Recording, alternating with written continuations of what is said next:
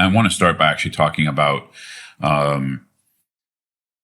this sense that the mind, that sometimes, I mean, this person's asking the question, but also I can have this sometimes as well. This sense of like, my mind needs to be a good mind. And, what this extends to is the self, that we need to be good, right?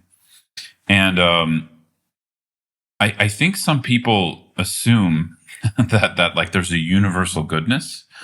And this isn't necessarily the case, because our idea of good and bad, for that, as an example, this can get mixed with certain kinds of moralism that don't actually exist in the Buddhist teaching. So when we, like for an example, when we translate the word shila, the Sanskrit and Pali word shila, some people translate it as ethics or morality, but actually a more accurate translation is discipline. And discipline's a tricky word here, because discipline doesn't mean, how do you say it, like forcing ourselves into a rigid way of working with our conduct of body, speech, and mind. It means applying awareness and mindfulness to our conduct of body, speech, and mind. So our conduct of body, speech, and mind can be refined and trained in compassion, essentially. So I think we have to grapple with this idea often, and it, like I said, it's normal for a lot of us as practitioners, for me too, of chasing what it means to have, in this case, in this question, a good mind, or chasing what it looks like to be a good person, right?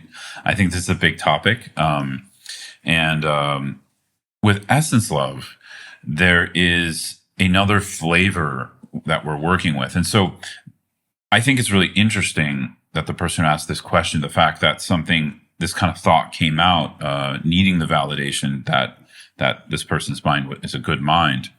To me, first of all, if you're here live, this shows me that you're practicing. And why does it show me you're practicing? Because we usually have those kinds of thoughts when we're trying to uncover our essence love, because so many of us, myself included, get disassociated from our essence love quite easily. Either it's been a majority of our life since we were a kid, or we can go in and out of it. And so what is, in a way, I think of like, what's the opposite of essence love? For me, at least. The opposite of essence love is when I've lost confidence in my innate goodness. When I've lost confidence that that self, like who I think of as myself, is sort of questionably good or bad based on a temporary phenomena passing, based on impermanent phenomena that are rising and falling.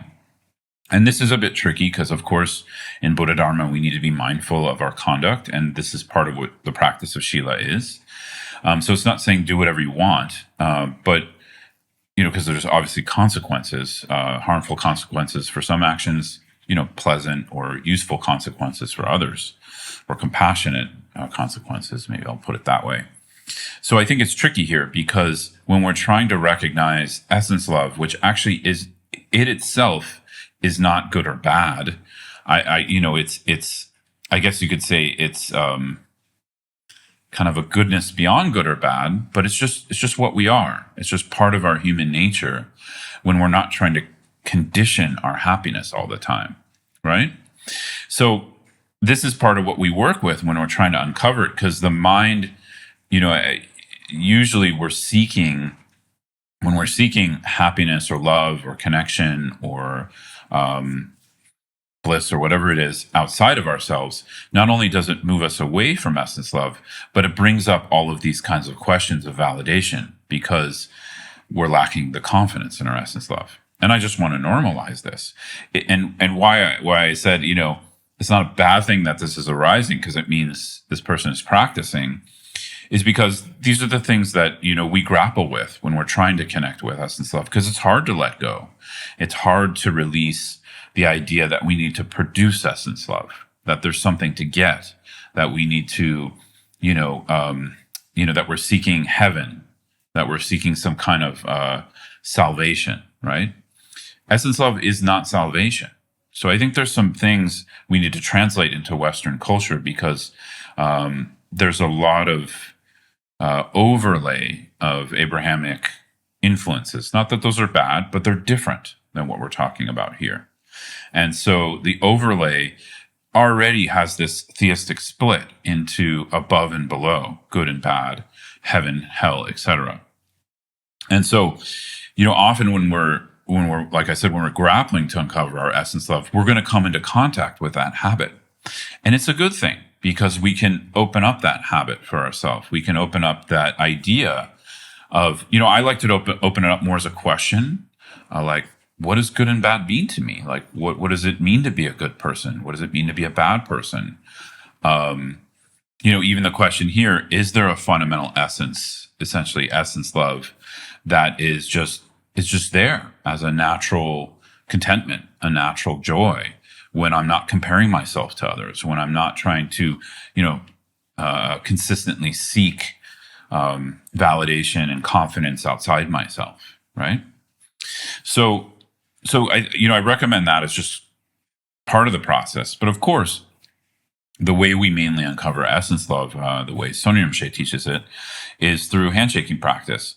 And so the feature of handshaking practice that really helps to recover essence love is that non-judgmental, compassionate presence. That's just that we're training in, that we're trying to release control, suppression, trying to modify, right? Because every time we try to modify something in our inner world, in our feeling world, we're telling it it's not good.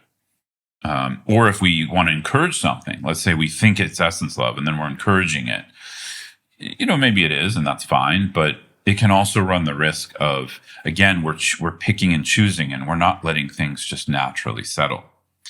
So I think it's more about, I've found, like the message we're sending to the feeling world within handshaking practice. And the message that we want to train in is, I'm okay with you. Like if you want to, whether you're pleasant or unpleasant or neutral, whatever kind of feeling wants to come up, I'm training, keyword here, training, practicing. I'm training to be okay with that it can arise internally.